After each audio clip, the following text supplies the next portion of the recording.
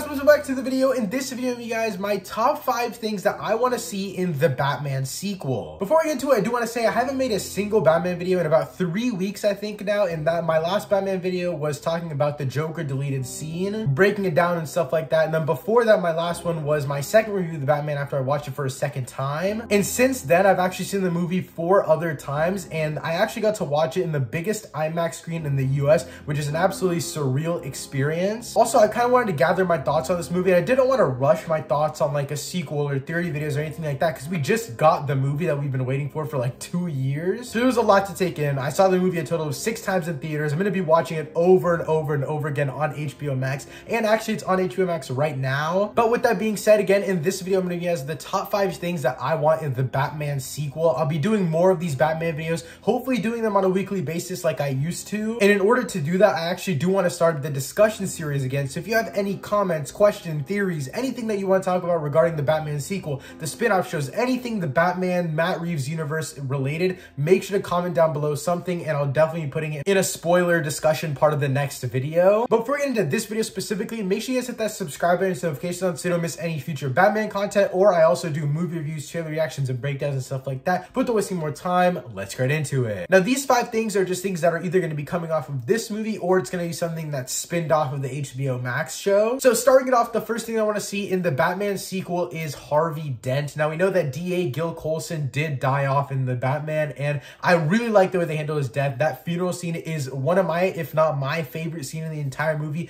The score in that scene is absolutely riveting. It's just a perfectly written out scene. Everything is just so perfect. And I did think that they were actually going to tease Harvey Dent at the end. That's kind of what I wanted them to do. And I thought it would be great world building. It would be something very, very quick. Nothing too taking away from the main story. And honestly, after watching the movie, I would have rather seen a setup for Harvey Dent than that Riddler and Joker scene, because personally, I love the Riddler and Joker scene. I'm glad it was in the movie, but I'm not going to say that it's something I was like dying to see, especially after seeing the deleted scene that was absolutely awesome. I still don't think it would have necessarily fit in there. I do understand why they put in the Joker and Riddler scene though, because obviously we're getting an Arkham Asylum spin-off show, so that's there to set up that kind of area, the whole Arkham Asylum world that we're going to be exploring later on. But with that being said, I think Harvey Dent would have been perfect to tease at the end of the movie. Since we didn't get his tease, I would love to see him in the beginning of the next movie. Now, I think the whole discussion with will this franchise be a trilogy or more, I think that's very important when you talk about a character like Harvey Dent, because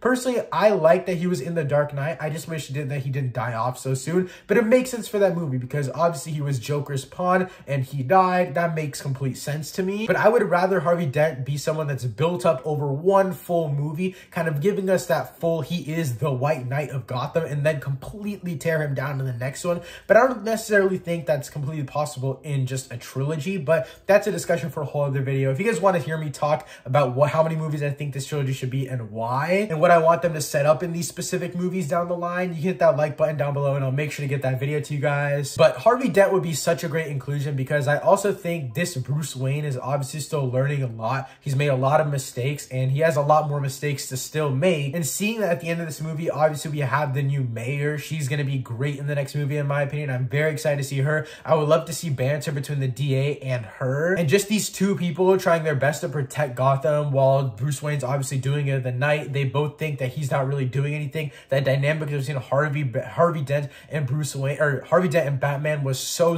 good in The Dark Knight. I would just love to see it translated to live action once again. But yeah, let me know if you guys think Harvey Dent would be a good inclusion in the sequel, because I know a lot of people don't really want him in the sequel at all just because they think it would be copying The Dark Knight. So let me know what you think of Harvey Dent in the comments down below. But moving on, the second thing I do want is more of Arkham Asylum. Now, we don't necessarily know if the Arkham Asylum show is going to be between the first movie and the second movie, or the second movie and the third movie. We don't really know anything about the show other than it's going to be very horror centric. And I do think that if they include more of Arkham Asylum in the second movie, they could really just full on go into the horror aspects of it, and I think that would work really great. Now, I don't know if Joker is going to be the main villain of the second movie. Of course, personally, I don't want him to be. That's not on the list, but I don't want him to be the main villain of the second movie. Nevertheless, I don't even want it to be the main villain of the third movie. I hope they do like a fourth movie where then he kind of comes out and he's kind of gathered all of the rogues gallery and stuff like that. I think that would be a great plan. I think a trilogy, I think that's just too short, and I'm glad they introduced him in the first movie because that sets up a basis. Even though he's not Joker yet, Matt Reeves has explicitly stated he's not the Joker yet. But just seeing that rise to power within Batman's rogues gallery, I think that's necessary, and I think that and more exploration of the Arkham Asylum would be great for that. I also think exploring Arkham Asylum would help flesh out his rogues gallery without them having to be super exposition heavy in the movies. Like,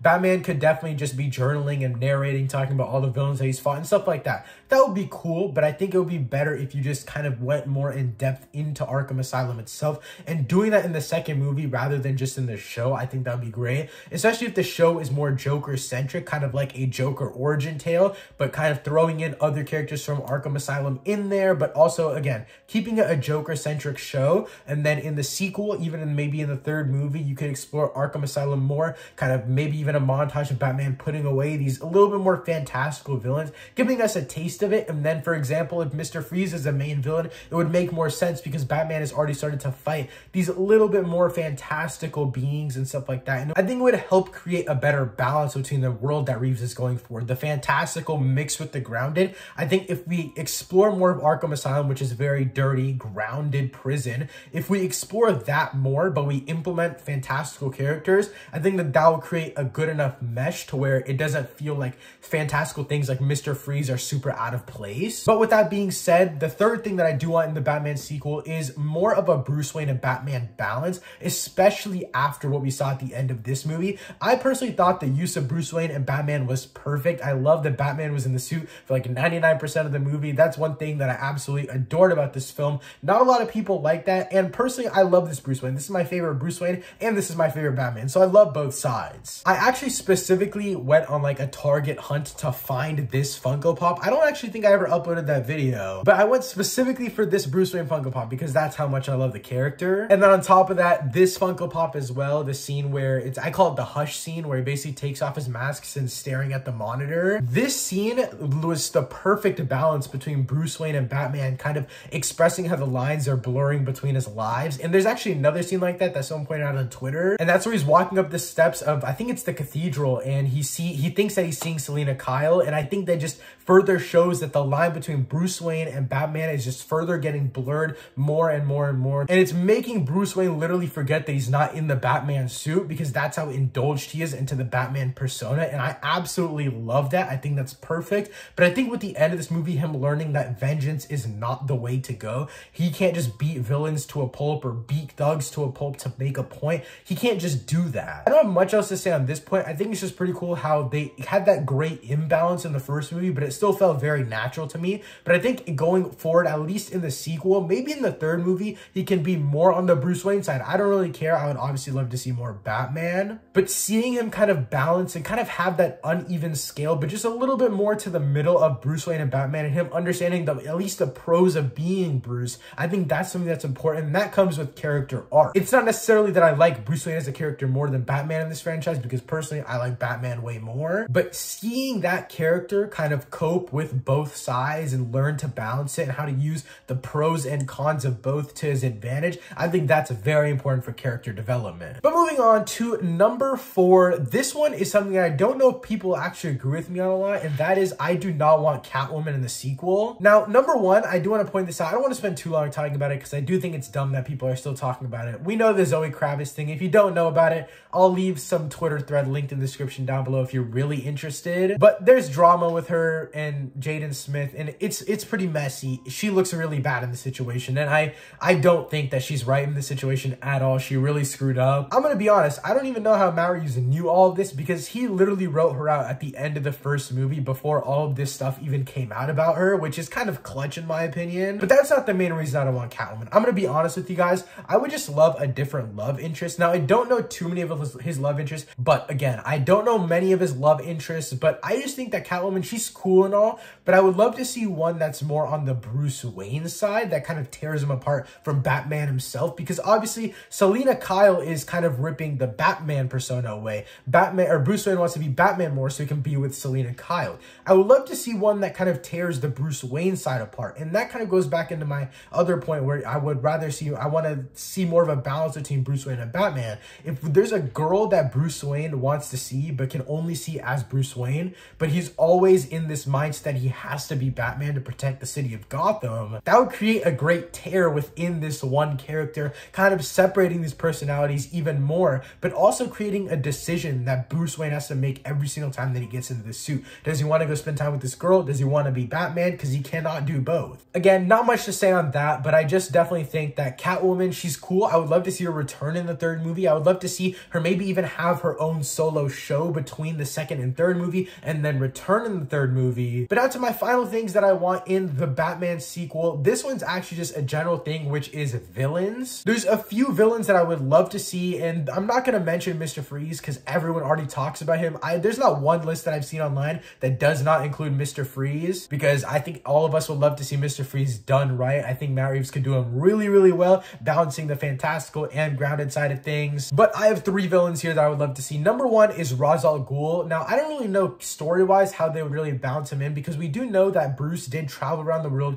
He went to different colleges to learn his martial arts skills, and we obviously know that in Batman Begins, he obviously goes to fight with Ra's al Ghul, and Ra's al Ghul teaches him everything. Now, that would be cool if they kind of put a twist and there was like, oh, maybe Bruce Wayne stopped here at this one place, he learned everything, and then he went back. I don't know. I don't really care about the story side of things with Ra's al Ghul. Personally, I just like the Ra's al Ghul fights in Batman Begins, so I think it would be really sick to see him fight here, especially with the action that we did get in the Batman. I thought the action was so great. It wasn't anything too flashy, but it still worked really, really well, especially with like the chunky suit and how everything moves and how everything flows really well. I think it would be super cool to see this Ra's al Ghul take on this Batman. And the second villain I would love to see is Hush. Now, we did get kind of that Hush scene, which is one of my favorite scenes in the entire movie, where Batman is learning about all of the stuff that his dad did, kind of uncovering the conspiracy in Gotham. Again, they could tie this in really, really easily with the Batman, because since Edward Elliot was uncovering Martha and Thomas Wayne's family secrets, he was killed after not taking the Hush money. Thomas Elliot could be kind of trying to seek revenge for his father dying because of Thomas Wayne, because that's what everyone thinks. And since everyone in the world at this point in the Batman universe thinks that Thomas Wayne was the one that killed Edward Elliot, Thomas Elliot could be the one to go back to Bruce Wayne and try to kill him for revenge on his father. And I think that would obviously make Thomas Elliot have some sort of vendetta against Bruce Wayne, kind of saying, your family killed my dad. Also, I read this thing online where they talked about Thomas Elliot, aka Hush, and they were saying that he was basically just a darker and differently warped version of Bruce Wayne / Batman. I think that would be a really, really cool thing to do, especially more of a physical threat. I will talk about this in a later video because I have a lot of Batman videos planned, but I definitely think that Batman needs to face more of a brutal villain, I guess, in the next movie. I don't really want to see him face thugs anymore, because obviously he did that in the first movie with the Riddler. Riddler wasn't necessarily a physical matchup, but I think Hush would be a great physical matchup, especially since